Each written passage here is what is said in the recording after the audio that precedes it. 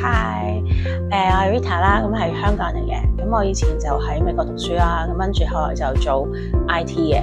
咁跟住翻咗嚟香港咧就自己創業啦，轉咗行啦，咁就係做代理美國嘅品牌嘅護膚品嘅，咁就已經做咗20年。咁到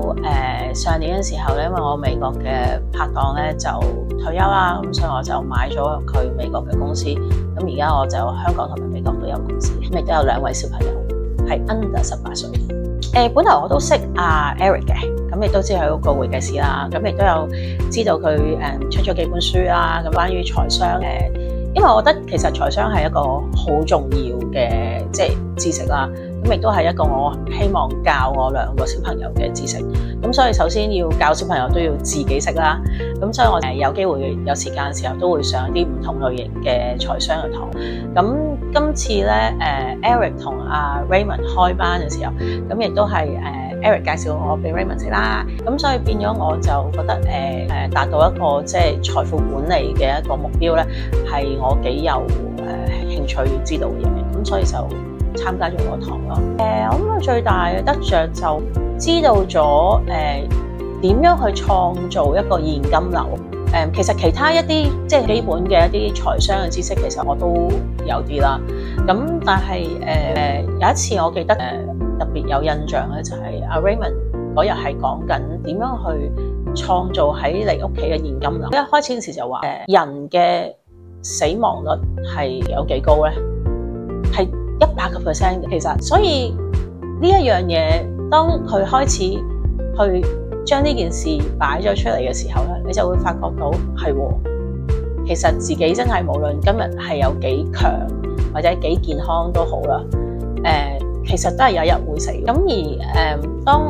咁佢就開始去話，咦，咁你真係唔喺度嘅時候，有啲咩人或者有啲咩事情你係需要去安排或者去處理嘅？呢個就我第一個會諗到，當然係我2個小朋友啦。咁所以我就會諗，其實我經常美國、香港兩邊飛，或者甚至係飛第二啲國家，真係意外，其實冇人會知嘅。咁我點樣可以令到真係有一啲保障咧，令到佢哋係令到我都安心啦，令到佢哋都知道唔需要話媽咪真係有咩事嘅時候，佢哋都係會被照顧到嘅。咁所以我就會係咯，所以我就做咗一個財富嘅安排啦，令到我覺得比較安心咯。當時佢係講點樣去即刻創造到一個現金流，同埋我諗佢有一個 program 嘅好處，或者佢個計劃嘅好處，佢可以俾我安排一個簡單嘅信託啦。咁就係話，例如我每個月俾幾多錢嘅生活費佢哋啦，例如我唔喺度啦，2位可以每個月收到幾多錢，或者每3個月收到幾多錢，或者每6個月，呢個係你可以自己去安排，而係唔需要喺一個搞一個信託基金嘅情況之下，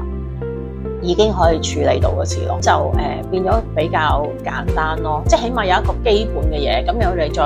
再有啲朋友如果再要複雜啲嘅，咁佢咪可以再去做一個信託基金咯。